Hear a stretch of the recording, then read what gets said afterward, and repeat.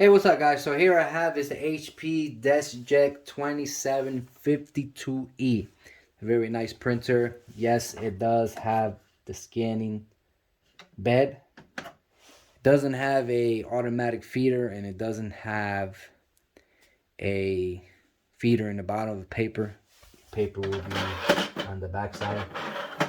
Okay, so basically today I want to show you how to install your ink cartridge.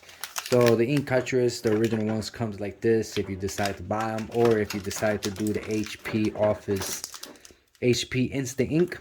So once you get your ink cartridge, you have them right here.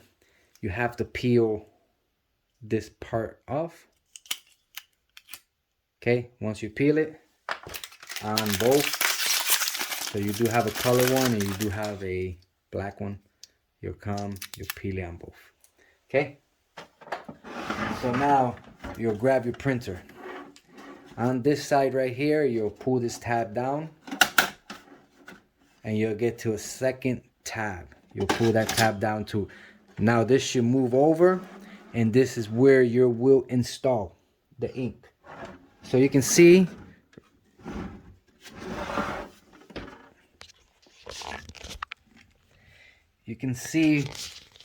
right here, it tells you exactly how to put it.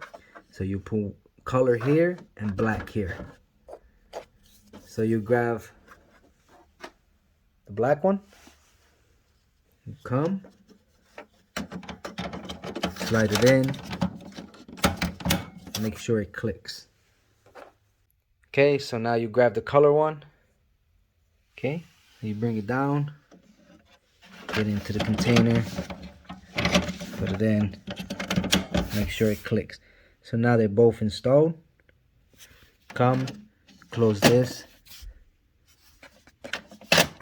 one, and the printer will start doing what it has to do to read the cartridge. You can see right there, they're both full. So you're good to go. That's how you install it.